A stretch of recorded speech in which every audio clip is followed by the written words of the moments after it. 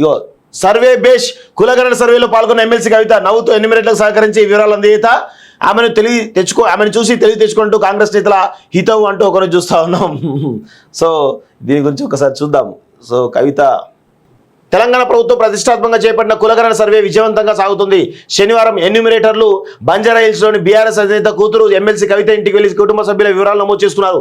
ఎన్యూమరేటర్లు అడిగిన ప్రశ్నలకు జవాబులు చెబుతూ వారికి కవిత నవ్వుతూ సహకరించారు. కవితతో పాటు భర్త అనిల్ కూడా వెంటే ఉండి వివరాలు చెప్పారు. ఇందుకు సంబంధించిన ఫోటోలు సోషల్ మీడియాలో వైరల్ అవుతున్నాయి. దీంతో కులగణన విషయంలో ప్రభుత్వంపై బీఆర్ఎస్ నేతలు అసత్య ప్రచారాలు ఆపి కవితను చూసి నేర్చుకోవాలంటూ కాంగ్రెస్ నేతలు హితవు పలుకుతా ఉన్నారు.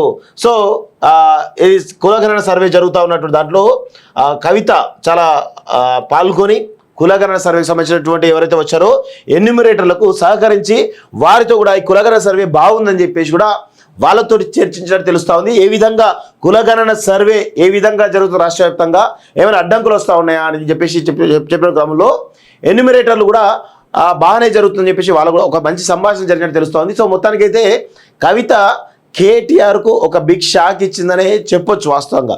సో ఆమెకు మరి కులగణన సర్వే ఏదైతే ఉందో అది బాగుంది అని చెప్పేసి చాలా స్పష్టంగా ఆమె చెప్పడంతో రాష్ట్ర వ్యాప్తంగా ఆ కులగణన సర్వే సంబంధించిన వీడియోలు ఏవైతే ఆమె రాస్తున్న వీడియోలు ఏవైతున్నాయో అవన్నీ కూడా రాష్ట్ర వ్యాప్తంగా వైరల్ అవుతూ ఉన్నాయి.